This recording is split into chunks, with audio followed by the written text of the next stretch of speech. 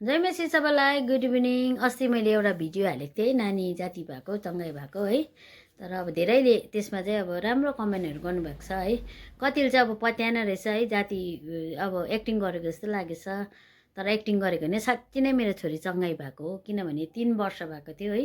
पहिला अपरेसन बिग्रेको थियो मेरो नानीको चाहिँ, दुइटै हिप्स चाहिँ खराब भएको थियो। अन्त अपरेसन गर्दा चाहिँ 5 वर्ष चल्छ भनेको थियो, 5 वर्ष पनि चलेन, 1 वर्ष पनि चलेन भनौँ न। उनीहरूले 5 वर्षको ग्यारेन्टी दिएको थियो, तर 2 वर्ष पनि चलेन। अन्त मेरो नानी खुट्टा अब यसरी घोप्टिनु सक्दैन थियो, खुट्टा उचाल्नु सक्दैन थियो। अन्त नुहाउँदाखेरि पनि खुट्टा आफै धुनु सक्दैन थियो। अन्त योपालि चाहिँ हामीले सोचेको पनि थिएन है। प्रभुको योजना चाहिँ ठुलो। अब कति बेला प्रभुले चाहनुहुन्छ त्यति बेला नै हुन्छ, हाम्रो योजनाले केही पनि हुन सक्दैन है। हामीले डक्टरलाई, यहाँको कालिम्पोङको डक्टरलाई कन्सल्ट गरेको थियो। उनले चाहिँ भन्यो 40 वर्षको बाद मात्रै हुन्छ अपरेसन भयो भने पनि। त हामी त निराशा भयो है, 40 वर्षको बादमा त अपरेसन गरेर पनि कोही फाइदा छैन होइन। अब जवान छोरी है यस्तो अवस्था हुँदा चाहिँ आमाहरूलाई कतिको पीडा हुन्छ। जुन घरमा चाहिँ बिमारीहरू छ त्यसलाई चाहिँ थाहा हुन्छ क्या पीडा कस्तो हुन्छ। नानीहरू बिमार हुँदा बुढो आफै बिमार होस् भन्ने हुन्छ हाम्रो है मनमा। तर अब मेरो छोरीको त्यो हालत देख्दा मलाई पुरा अब राति पनि निन्द्रा लाग्दैन थियो त्यति साह्रो होइन, टेन्सन पुरा हुन्थ्यो। अब सबैको अब उसको साथीहरू अब हिँड्थ्यो राम्रै। अब गर्दा मेरो नानीलाई मैले डोराएर हिँड्नु पर्थ्यो है, सानो नानीलाई जस्तो। तपाईँहरूले कतिमा भिडियो मेरो पेजमा गएर हेर्नुहोस्, मेरो छोरीलाई मैले कसरी घिसारेर हिँडेको रहेछु है।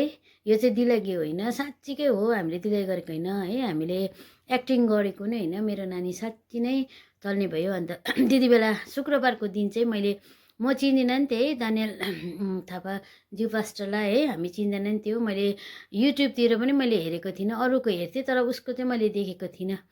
अन्त शुक्रबारको दिन चाहिँ मैले यसो मोबाइल अब उयो गर्दाखेरि चाहिँ है मैले यो च्यानलमा देखेँ है। भोलि चाहिँ अब यस्तो यस्तो आउँदैछ है, चङ्गाईको प्रार्थनाहरू हुँदैछ, हिलको प्रार्थनाहरू हुँदैछ भन्दाखेरि चाहिँ मलाई पनि मनमा है एकखेप चाहिँ म मेरो नानीलाई लिएर जान्छु भनेर चाहिँ मैले उयो गरेँ। अन्त म नानीलाई पनि आएर भने, नानी भोलि यस्तो यस्तो हुँदो रहेछ, जै हेरौँ है भनेर भन्दाखेरि हुन्छ आमा जाउँ भने अन्त लिएर गएँ है मेरो नानीलाई है। मैले लिएर जाँदाखेरि चाहिँ साँच्ची नै है मैले प्रार्थना गरिरहेको थिएँ। मेरो नानी जब स्टेजमा चढ्यो अन्त पास्टर बाउको उयोहरू सुने है, धेरैलाई प्रभुले चङ्गाई गरिदिनु भएको रहेछ, चङ्गाई भएको रहेछ है उहाँद्वारा।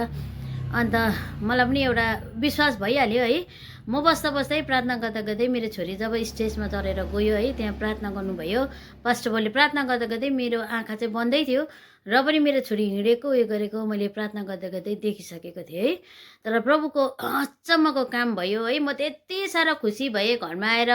मेरो छोरी मैले त्यति बेला नै अब विश्वास भनेको चाहिँ अब मैले चाहिँ पुरा विश्वास गरेको थिएँ। बाहिर निस्किनु साथ छोरी तेरो खुट्टा जाति भयो, हिँड्न हिँड्न भन्नु मैले चाहिँ यसलाई उयो गरेको होइन आमा, हिँड्दैछु त अन्त भन्यो है। घरमा आएर त नानी यस्तो रोडमा कुद्दाखेरि त नि मैले यस्तो प्रभुलाई धन्यवाद दिएँ है। त्यति बेला चाहिँ यस्तो डरलाग्दो है, प्रभुले चाहिँ हाम्रो जीवनमा चाहिँ अचम्मको काम गर्नुभयो है। मेरो मण्डलीको आमाहरूले नि मेरो नानीको लागि प्रार्थना गर्थ्यो, एल्डर बाउहरूले प्रार्थना गरिदिनु भएको थियो है। तर जब वर्सिप हुँदाखेरि चाहिँ नि मैले जहिले पनि प्रार्थना गर्थेँ मेरो नानी चाहिँ है चङ्गाई भएर चाहिँ मेरो भोनमा आउँछ, एक दिन तपाईँको सामु घोडा टिक्छ, मेरो छोरीलाई एकदम तपाईँले चङ्गाई दिनुहोस् भन्ने मैले हमेसा है माथि चढेर चाहिँ मैले प्रार्थना गर्थेँ मेरो नानीको निम्ति है। खालि मेरो नानीको निम्ति प्रार्थना गर्थेँ र आजको दिनमा प्रभुले मेरो सुन्नुभयो र मेरो छोरीले चङ्गाई पायो है। पास्टर दानियल थापा पास्टरज्यू अन्त महिमा चर्चले ल्याउनु भएको रहेछ है, जुन उयो पास्टर बाउलाई है, तपाईँलाई धेरै धेरै धन्यवाद है। मैले अस्ति पनि तपाईँलाई धन्यवाद दिएँ है।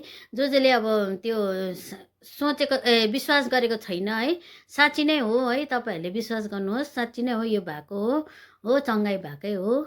अन्त तपाईँहरूले कमेन्टमा लेख्नु भएको रहेछ हो कि होइन भनेर। छोरी भनिदेऊ त के भनेको थियो ए उयो त्यो चाहिँ अब कतिजनाले चाहिँ भन्नुभएको थियो होइन, तिम्रो लाइफमा चाहिँ अब अचम्मको काम भएछ अनि तिमीले टेस्टिमनीहरू पनि बाँड्नु भनेर। अन्त कतिजनाले चाहिँ भन्दै थियो यो त होइन होला, मलाई त विश्वास लागेन भन्यो। अनि कसले चाहिँ कसले त नराम्रो पनि गरेको थियो कमेन्ट होइन, अब लागेन यो त हाउडेको हो, एक्टिङ गरेको होला, यस्तो पनि हुन्छ र भन्दै भनेको थियो त्यस्तो। तर साँच्ची नै हो। तर अहिले म यस्तो त्यो हालिदिन्छु होइन, तपाईँहरूलाई डक्टरको रिपोर्टहरू नै हामी हालिदिन्छौँ है। तपाईँहरूले विश्वास लाग्दैन, साँच्चीकै हो। मेरो छोरीले खुट्टा नि उठाउनु सक्दैन थियो। आजको दिनमा मैले खुट्टाहरू धोइदिनु पर्थ्यो। आजको दिनमा चाहिँ मेरो छोरीले आफै खुट्टाहरू दियो। प्रभुलाई धन्यवाद होस् है, प्रभुकै महिमा होस् है। मेरो छोरीको चाहिँ आफै खुट्टा धुयो। म चाहिँ एकदम खुसी छु है। तपाईँहरूले जे सोच्नुहोस् है हाम्रो लागि है। तर साँच्ची नै हो, चङ्गाई भएकै हो है। तपाईँहरू पनि विश्वास गर्नुहोस्, प्रभुमा चाहिँ असम्भवको कुरो केही छैन है। हाम्रो प्रभु चाहिँ एकदम चङ्गाई गर्ने परमेश्वर हुनुहुन्छ है। यति भन्दै हाम्रो यो भिडियोलाई यतिमै राख्दछौँ। धन्यवाद।